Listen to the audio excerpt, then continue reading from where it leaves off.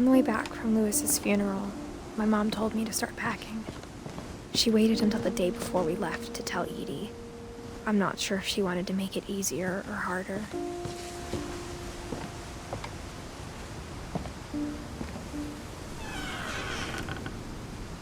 I wish we'd stayed.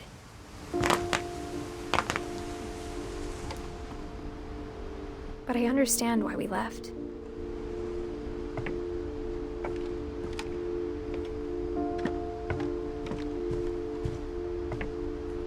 My mom ended up leaving everything behind.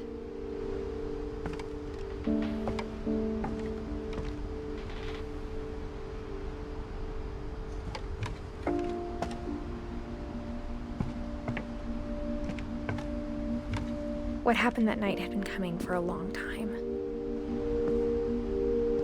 Maybe it should have come sooner.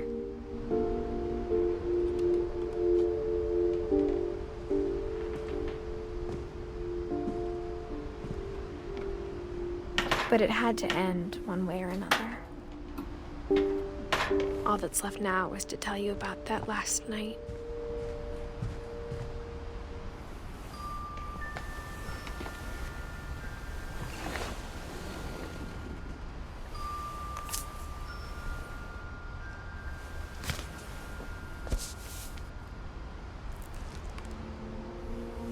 That whole last day, Edie just watched us pack and didn't say a word. Until supper, when she raised her glass and said, "To our final night together, and all our final nights apart." Grandma, you know what I said about alcohol. Some of your medications are very Edith, specific. I left a present for you in the hallway. Why don't you go open it? The grown-ups have to argue now. I'm sorry, you're right. We're all leaving tomorrow. Let's just enjoy our last... I'm not leaving.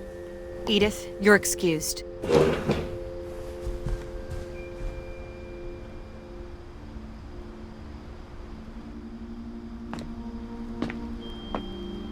The power had been shut off that morning, but Edie always had plenty of candles. When my mom said the library, I don't think she knew about the other entrance. Or that Edie had a key to it.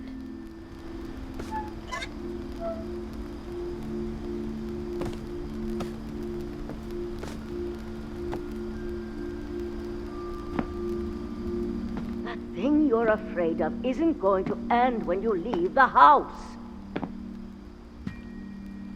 Edith has a right to know these stories. My children are dead because of your stories! I think it's best if Edith and I leave tonight.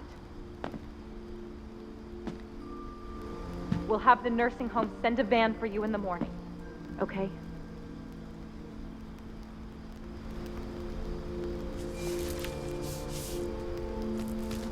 Dear Edith, there's so many stories I wish I could tell you, but there's only time for one. This is about what happened on the night you were born.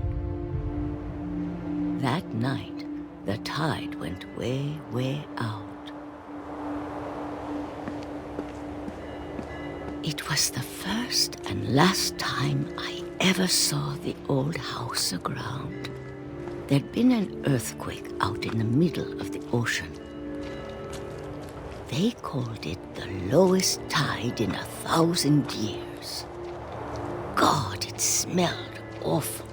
You know, I've seen that house every day of my life.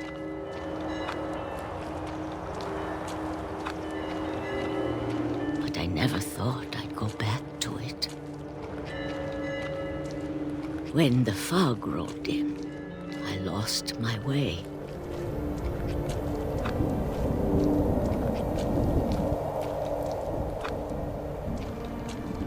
I got turned around.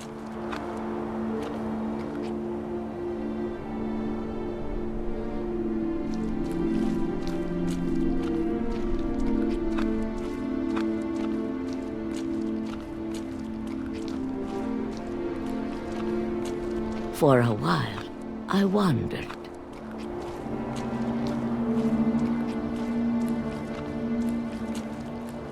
I started seeing things.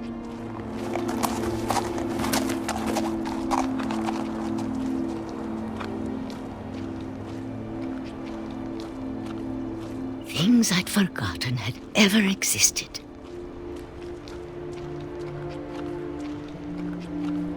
But when I saw them, they felt like old friends. That night, a lot of things came back to me. Or maybe I came back to them.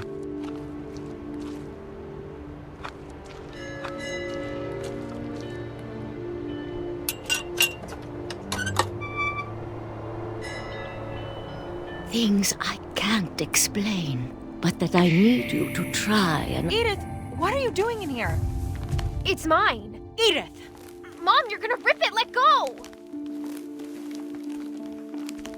I kicked and screamed, but Mom dragged me to the car.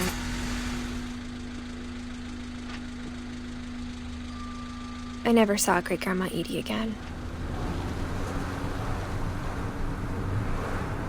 The next morning, the van came to pick her up, but she was already gone. After that, we moved around a lot.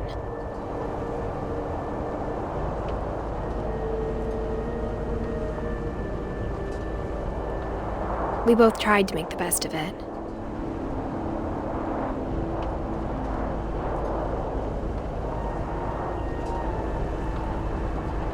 A few years went by.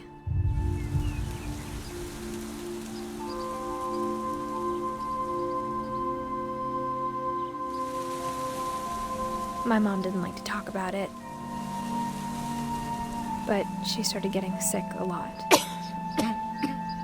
The rest happened pretty quickly.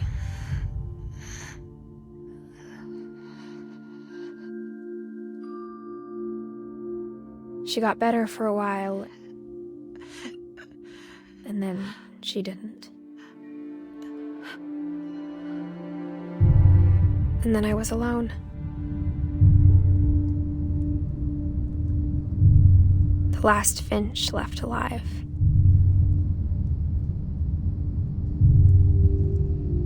Until I found out about you. I'm still not sure what to tell you about all this. If we lived forever, maybe we'd have time to understand things. But as it is, I think the best we can do is try to open our eyes. And appreciate how strange and brief all of this is.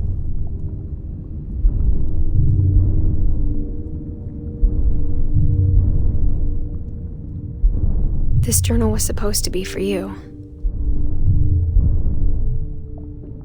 But now I hope you'll never see it. I just want to meet you and tell you all these stories myself. But I guess if you're reading this now, things didn't work out that way.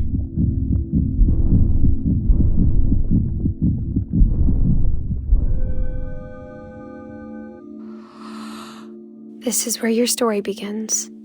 I'm sorry I won't be there to see it. It's a lot to ask, but I don't want you to be sad that I'm gone. I want you to be amazed that any of us ever had a chance to be here at all. Good luck.